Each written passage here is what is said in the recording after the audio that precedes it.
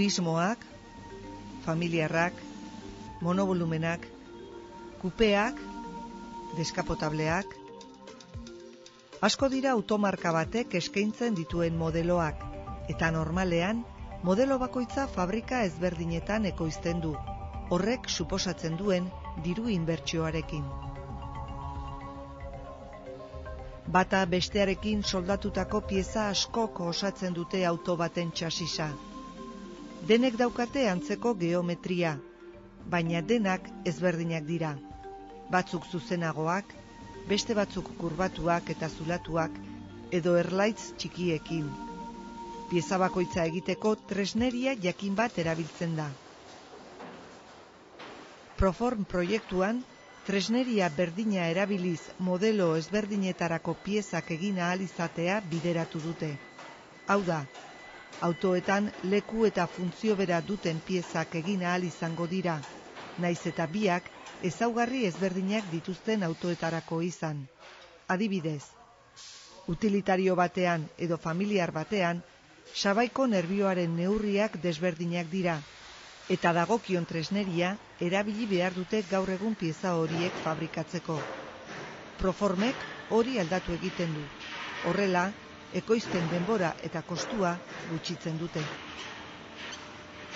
Gaur egun hau dana izan zen prensa bidez. Utillaje handi bat, ez dakit zenbat 1000 eurotakoa, eta hor konformatzen zen pieza bakoitzan darako utillaje bat. Eta hau ez da bape flexiblea. Orduan egin dena da, lehen hau perfilado sana, hortik lortzen dira bakarrik pieza, perfil zuzenak, indana da hori aldatu, perfil variableak sortzeko, eta gaur nahi badago Ford Focus batin, eta pieza motza egin, hau bezalakoa adibidez, edo bihar familiarra dana luzeagoa, edo forma hau aldatuta, hori egin alda, baina utillaje aldatuarik, makina aldatuarik, bakarrik makinako programa aldatuta. Proiektu honetan proposatzen den sisteman, lehenik materiala behar den neurrira mozten da laser bidez. Ondoren profilatu egiten da, hau da, behin betiko forma eta neurria ematen zaio piezari. Gaur egun, piezak egiten dituzten makinetako arrabolak finkoak dira, eta egiten dituzten pieza guztiak berdinak dira. Azkenean eje kontrolatua dira. Azkenean CNC bat izango baliz moduan, orduan, geometria aldatzen bada, rodilloen mugimentua desberdina da. Orduan, guk egiten duna da, pantalla bidez mugimentuak programatu, eta bakarrik mugimentuak aldatuta, eta hasierako laserran kortea aldatuta, jazta. Beraz, proiektuan malgutasuna eman zaie tresneriaren arrabolei. Arrabolak informatika sistema baten bidez kontrolatzen dira, eta programaren parametroak aldatuta, neurri edo forma berriko beste pieza batzuk egin daitezke.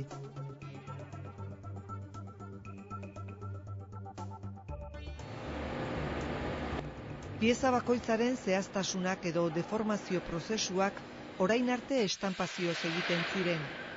Proiektuan, eremu elektromagnetikoa erabiliko da horretarako.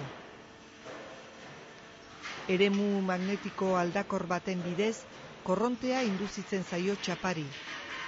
Txapa abiadura handiz ateratzen da bobina batetik, eta matrize baten kontra jotzen du. Horrela, forma geometrikoak lor daitezke puntzoirik erabili gabe. Konformazio elektromagnetikoa askoz ere azkarragoa da ohiko prozesuak baino.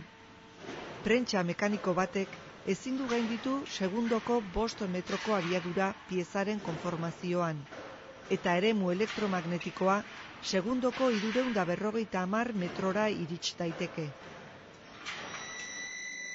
Akabera emateko eta erroreak zuzentzeko, profila berotu egiten da laser bidez.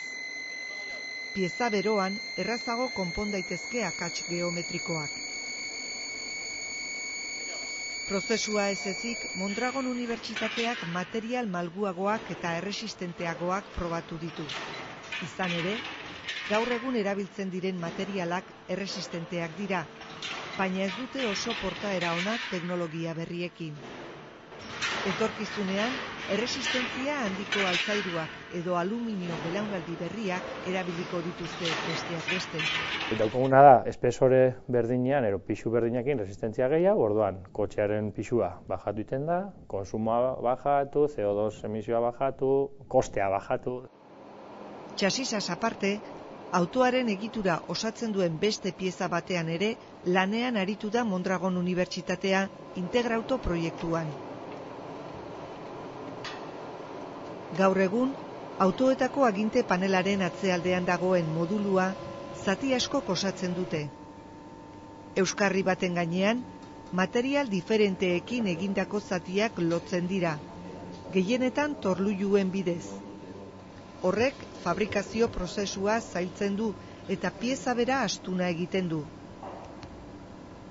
Pieza bakarreko osagaiak eta horien arteko loturak gutxitzea, osagaiak bata bestean integratuz, izan da proiektu honetan lortutako beste emaitza bat. Gaur egun, pieza horren ezkerreskuin dijoan beste pieza bat egitura mekano soldatu batzuen bidez egiten da.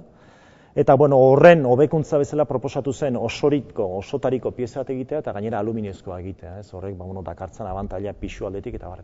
Orduan tutu edo egitura nagusi hori, horretan ere material berriak sartzea eta horiek eraldatzeko prozesu berriak asmatzea edo garatzea.